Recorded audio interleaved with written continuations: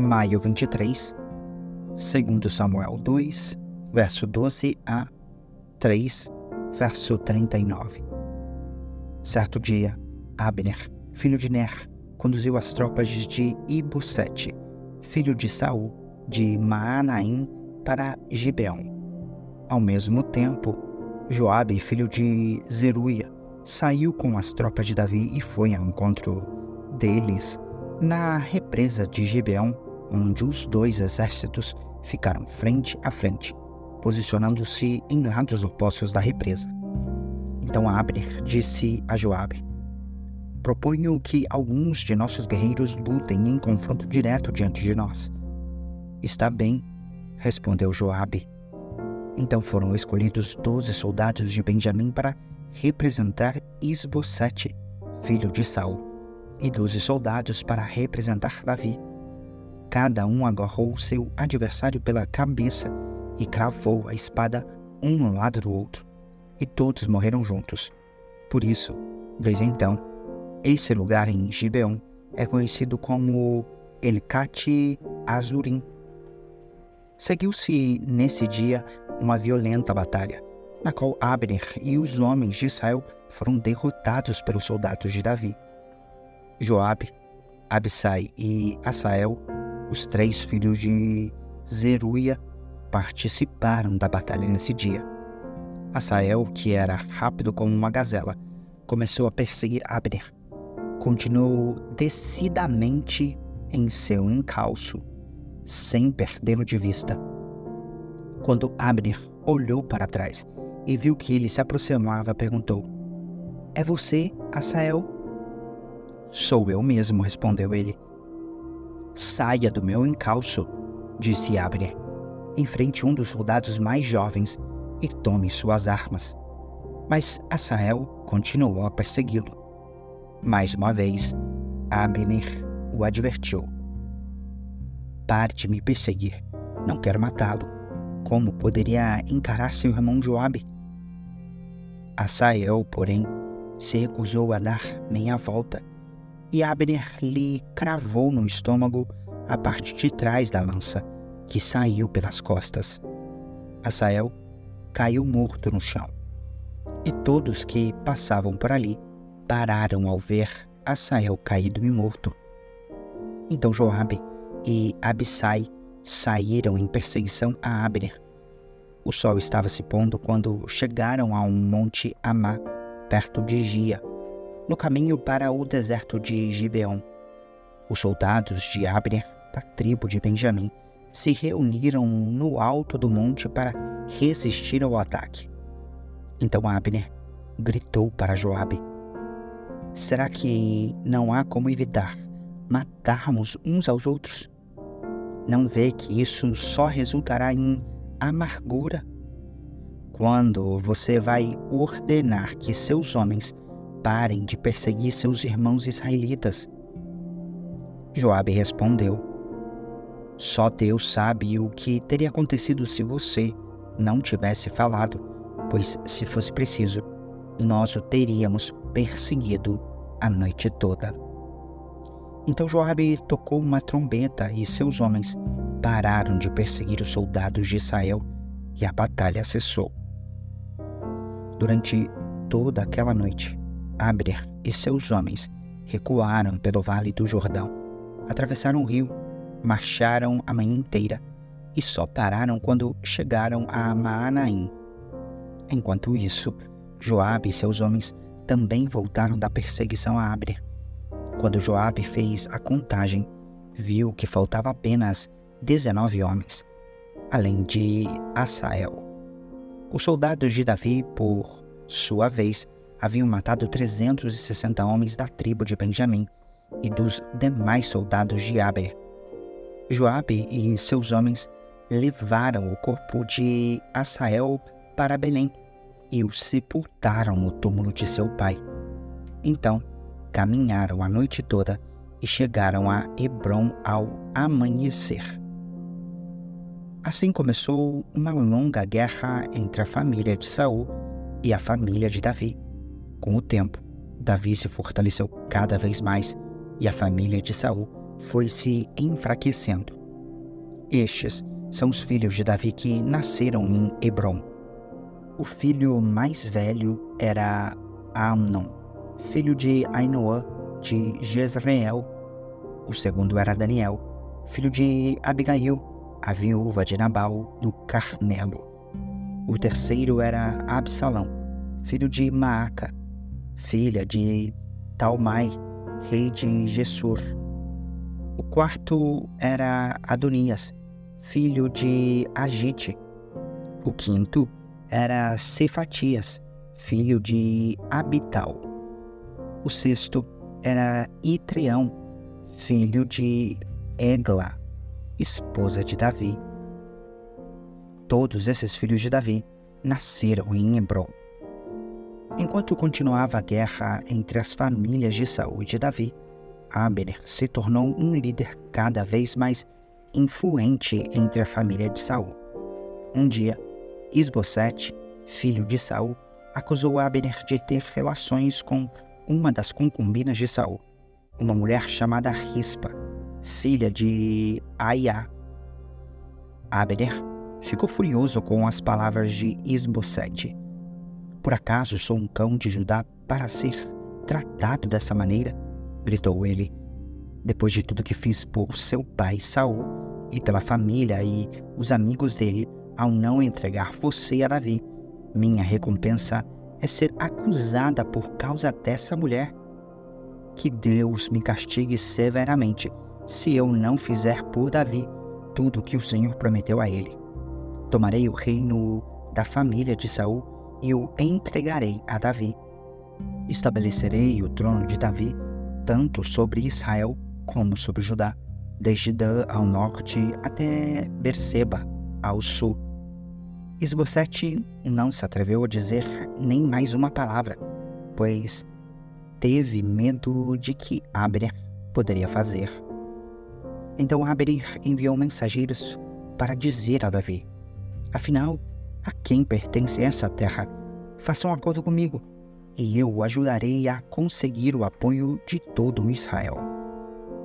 Está bem, respondeu Davi, mas só farei acordo com você se, quando vier para cá, trouxer de volta minha esposa Mical, filha de Saul. Davi enviou a seguinte mensagem a Isbosete, filho de Saul: devolva minha esposa Mical, pois eu conquistei o direito de me casar com ela com os prepúcios de 100 filisteus. Então Isbosete mandou tirar Mical de seu marido, Paute, filho de Laís. Paute a seguiu até Baurim, chorando ao longo de todo o caminho, até que Abner lhe disse: volte para casa. E ele voltou. Abner reuniu as autoridades de Israel e lhes disse: faz algum tempo que vocês querem declarar Davi seu rei. Chegou a hora de agir, pois o Senhor disse: escolhi meu servo Davi para livrar meu povo Israel das mãos dos filisteus e de todos os seus inimigos. Abner também falou com os homens de Benjamim. Depois foi a Hebrom para dizer a Davi que todo o povo de Israel de Benjamim tinha concordado em apoiá-lo. Quando Abner, acompanhado de 20 homens, chegou a Hebrom, Davi os recebeu com um grande banquete. Então Abner disse a Davi: deixe que eu vá e convoque uma reunião de todo o Israel para apoiar meu senhor o rei. Farão uma aliança com o Senhor para que reine sobre eles, e o Senhor governará sobre tudo que seu coração desejar. Davi se despediu dele, e Abner partiu em paz. Contudo, logo depois que Davi despediu Abner em paz, Joabe e alguns dos soldados de Davi retornaram de um ataque trazendo muitos despojos. Quando Joabe chegou, foi informado de que Abner, filho de Ner, tinha acabado de visitar o rei, que o havia despedido em paz. Joabe foi até o rei e perguntou: o que foi que o Senhor fez? Por que deixou Abner escapar? O Senhor conhece muito bem Abner, filho de Ner. Sabe que ele veio espioná-lo e descobrir tudo o que o Senhor anda fazendo. Então Joabe saiu da presença de Davi e enviou mensageiros para alcançar Abner. Eles o encontraram perto do poço de Sirá e o trouxeram de volta, sem que Davi soubesse. Quando Abner chegou a Hebrom, Joabe o chamou para um lado, junto ao portão da cidade, como se fosse falar com ele em particular. Então, apunhalou-o no estômago e o matou para vingar a morte de Asael, seu irmão. Quando Davi soube o que havia acontecido, declarou: Juro pelo Senhor que eu e meu reino somos para sempre inocentes desse crime contra Abner, filho de Ner. Que essa culpa permaneça sobre Joabe e sua família. Que em todas as gerações da família de Joabe nunca falte um homem que tenha fluxo ou lepra, que use muletas, que morra pela espada ou que tenha de mendigar o alimento. Assim Joabe e seu irmão Abissai assassinaram Abner, pois ele havia matado Asael, irmão deles, na batalha em Gibeon. Então Davi disse a Joabe e a todos que estavam com ele: Rasguem suas roupas e vistam pano de saco. Lamentem a morte de Abner. E o próprio rei seguiu o cortejo fúnebre. Sepultaram Abner em Hebrom, e o rei chorou em alta voz junto ao túmulo, e todo o povo lamentou com ele. Então o rei entoou esta canção fúnebre: Acaso Abner devia morrer como um vilão? Suas mãos não estavam atadas, nem seus pés acorrentados. Não, você foi assassinado, vítima de uma trama perversa. Todo o povo lamentou uma vez mais por Abner. Davi tinha se recusado a comer no dia do funeral, e todos insistiram para que ele se alimentasse. Mas ele havia feito um voto: que Deus me castigue severamente se eu comer alguma coisa antes do pôr do sol. Seu voto agradou muito o povo. De fato, aprovaram tudo o que o rei fazia. Assim, todos em Judá e em Israel entenderam que Davi não era responsável pelo assassinato de Abner, filho de Ner. Então o rei disse aos seus oficiais: Não percebem que um grande comandante caiu hoje em Israel? E embora eu seja o rei ungido, esses dois filhos de Zeruia, Joabe e Abissai, são fortes demais para que eu os controle. Que o Senhor retribua a esses homens maus por sua maldade. João 13, versos 1 a 30. Antes da festa da Páscoa, Jesus sabia que havia chegado sua hora de deixar este mundo e voltar para o Pai. Ele tinha amado seus discípulos durante seu ministério na terra e os amou até o fim.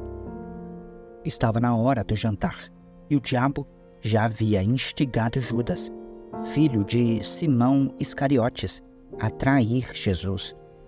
Jesus sabia que o Pai lhe dera autoridade sobre todas as coisas e que viera de Deus e voltaria para Deus. Assim, levantou-se da mesa, tirou a capa e enrolou uma toalha na cintura. Depois, derramou água numa bacia e começou a lavar os pés de seus discípulos, enxugando-os com a toalha que estava em sua cintura. Quando Jesus chegou a Simão Pedro, este lhe disse: O Senhor vai lavar os meus pés? Jesus respondeu: Você não entende agora o que estou fazendo, mas algum dia entenderá. Lavar os meus pés? De jeito nenhum, protestou Pedro. Jesus respondeu: Se eu não os lavar, você não terá comunhão comigo. Simão Pedro exclamou: Senhor, então lave também minhas mãos e minha cabeça, e não somente os pés. Jesus respondeu: a pessoa que tomou banho completo só precisa lavar os pés para ficar totalmente limpa. E vocês estão limpos, mas nem todos. Pois Jesus sabia quem o trairia. Foi a isso que se referiu quando disse: nem todos vocês estão limpos. Depois de lavar os pés deles, Jesus vestiu a capa novamente, retornou a seu lugar e perguntou: vocês entendem o que fiz? Vocês me chamam de mestre e senhor, e tem razão, porque eu sou. E uma vez que eu, seu senhor e mestre, lavei seus pés, vocês devem lavar os pés uns dos outros. Eu lhes dei um exemplo a ser seguido. Façam como eu fiz a vocês. Eu lhes digo a verdade. O escravo não é maior que o seu senhor, nem o mensageiro é mais importante que aquele que o envia. Agora que vocês sabem essas coisas, serão felizes se as praticarem.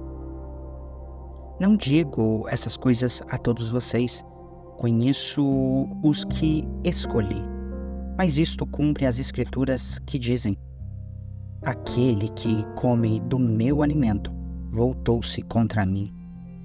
Eu lhes digo isso de antemão, para que, quando acontecer, vocês creiam que eu sou aquele de quem falam as Escrituras. Eu lhes digo a verdade.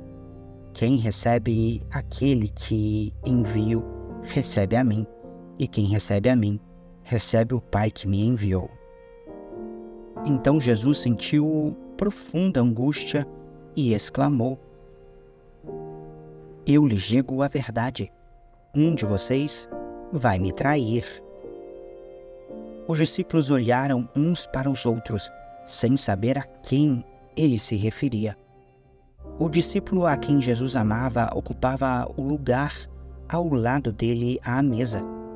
Simão Pedro lhe fez um sinal para que perguntasse a quem Jesus se referia.